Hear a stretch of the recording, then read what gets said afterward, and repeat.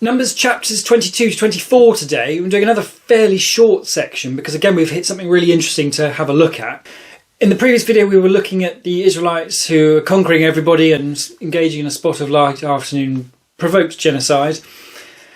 Today we're on to the Moabites, but this is done from their perspective, so it's almost like the movie version. We've seen what's going on there, now we're actually cutting away to stuff that the Israelites could not have seen. We have King Balak of the Moabites anyway. The Moabites are the descendants of Lot, I gather. Lot being the chap from Sodom and Gomorrah who was the only goody in the town. Goody if you overlook the small fact that he offered his daughters to a mob. Well, given the benefit of the doubt, God seemed to think he was okay. There's also a chap in this called Balaam, which just makes it confusing. And we've got Balak, who's the king. Balak with a K, finished K for king.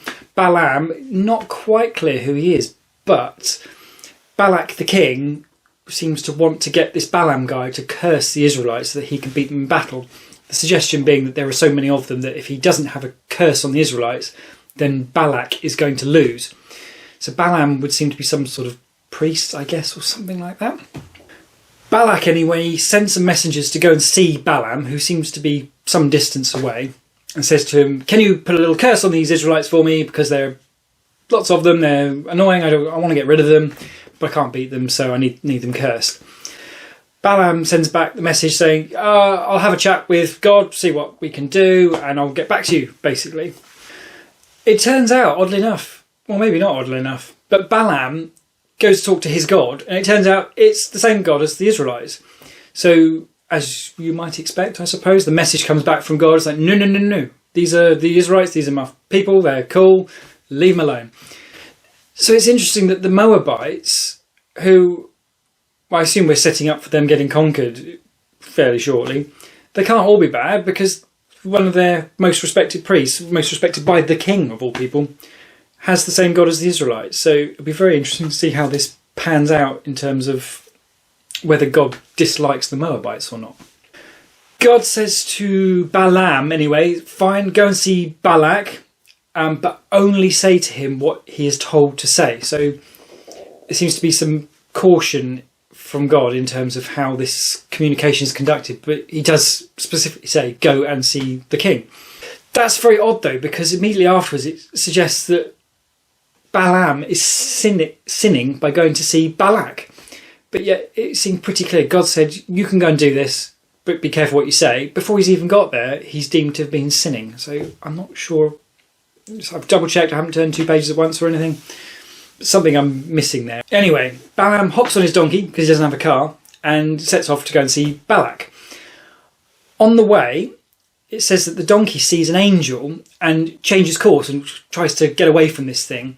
But Balaam doesn't see it. So Balaam's beating his donkey to get it back on track. And 3 times this happens. On the 3rd deviation incident, the donkey then lies down, turns around to Balaam and says, why are you beating me? You may have spotted a strange thing in that sentence, that it came from a donkey. But anyway, in almost like it's the most normal thing in the world, it just drops in that God opens the donkey's mouth and it speaks, saying, well, why are you beating me?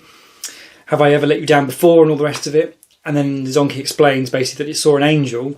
And sure enough, it turns out this angel was talking at least about killing Balaam. It doesn't kill Balaam, but there was talk of this. Again, it's not clear what Balaam's sin actually is, and why the angel needs to come down and kill him, and how the donkey saw it and Balaam didn't, and there's a lot going on there. We move on anyway to Balaam turns up with Balak, and Balak says, right, I want you to curse these Israelites, and he takes them up to a mountain so he can see a little bit of the Israelite camp.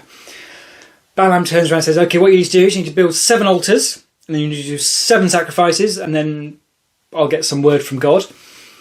The idea being that this would be like a sacrifice to ask for a cursing of the Israelites. But unfortunately for Balak, the king, what comes back from God is a blessing instead of a curse, basically saying the Israelites are the balls, going to leave them alone, they're my people, basically just forget about the whole thing. Balak's response to this is just do it again, on the assumption it's wrong somehow. So sure enough, they go to a different spot, do another 7 altars, another 7 sacrifices. Slight variation on the message, but the gist is the same. This message gets spread around anyway. So they do 7 lots of this altar and sacrifice and all the rest of it, trying to get a curse on the Israelites. Balaam even goes to see the Amalekites and the Kenites. Is it Kenites? I think it was Kenites. And so basically this word is being spread around the area that the Israelites are here and they're protected by God and always you're not going to mess with them. Very odd. It even goes to the Edomites, being the ones from the previous video who said, no, you can't enter our land, and the Israelites respected that and went around. I really liked that they were respecting the boundaries. I thought that was quite honourable, but it sounds like that's not going to last because God is prophesying that the Edomites are going to be conquered. So anyway, Balak has asked for a curse 7 times on the Israelites, and he's ended up with 7 blessings on the Israelites. I thought at this point he was going to kill Balaam in just a fit of rage or something. But no, he decides he goes off and Balaam just goes home. So it was quite a weird random ending to that bit. Overall, therefore, there's a lot of talk of the Israelites conquering and all these 7 blessings that come back. And it's not actually stated, but the suggestion is that there are an awful lot more Israelites than there are of any of these other societies. So whatever has taken place, putting them into Egypt, for them to grow within the confines of Egypt and then come out, it's obviously worked for them. I guess there's some sort of incubation almost, the idea of putting the Israelites into Egypt in the first place to protect them from all the other tribes perhaps, giving them time to grow and thrive, and then once they're strong and there's a lot of them, get them back out again. Suddenly brings an element of design in the whole story, so how or why things have happened the way they've happened, which I thought was very interesting. Elephant in the room, or donkey in the room, of course, is that the donkey spoke. It's difficult to know what to do with this. The story of Adam and Eve, with its talking snake, was pretty easy, I thought, to dismiss as metaphorical. But everything since then, well, most of the stuff since then, some of the very early stuff all seems very metaphorical. But since then it sounded more like history, largely. Suddenly here, though, are you really telling me a donkey spoke? There's also the question mark of, if this is written by Moses, then Moses didn't witness this because he's not present for any of this stuff. So he can't be writing a first-hand account of what happened. So someone must have told him that. And did someone get everyone seems to be very metaphorical. Even God is metaphorical at this stage, talking about delivering people on the wings of eagles, when clearly there were no eagles involved. So I don't think necessarily metaphorical because it sounds like historical progression in terms of what's happening, but perhaps someone has reported this later as to what happened and just embellished slightly, because I just can't. If God exists, sure, fine, absolutely, I'm no doubt at all he could make a donkey speak and probably sound like Eddie Murphy, maybe being a flying talking donkey. But it's I just did that.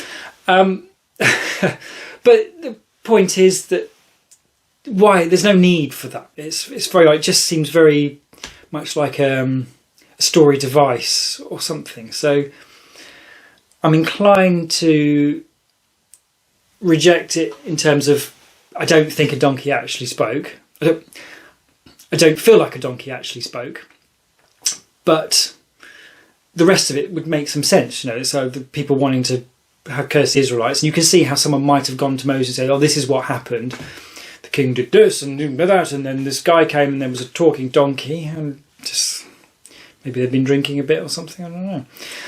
But yeah, that was fun anyway, that one. So I was very surprised as I came across a talking donkey. Someone had actually mentioned that there was going to be a talking donkey, but I thought they were pulling my leg. Turns out no. But it's interesting as well that God is talking to Balaam, who is not an Israelite. So there are obviously people beyond the Israelites who are accepting of God. And to be fair, I guess the other descendants of Jacob and Israel and all the rest of it, I don't know if Jacob is Israel, you know what I mean? They've all, at least at some point, known of the same God. So it would be reasonable to think that some of these tribes could have the same God. But then it raises the question of why are they being pushed out and destroyed or whatever. So we'll have to see how this goes anyway. But it's certainly a very interesting stage of the story. So onwards to the next one and we'll see what's next.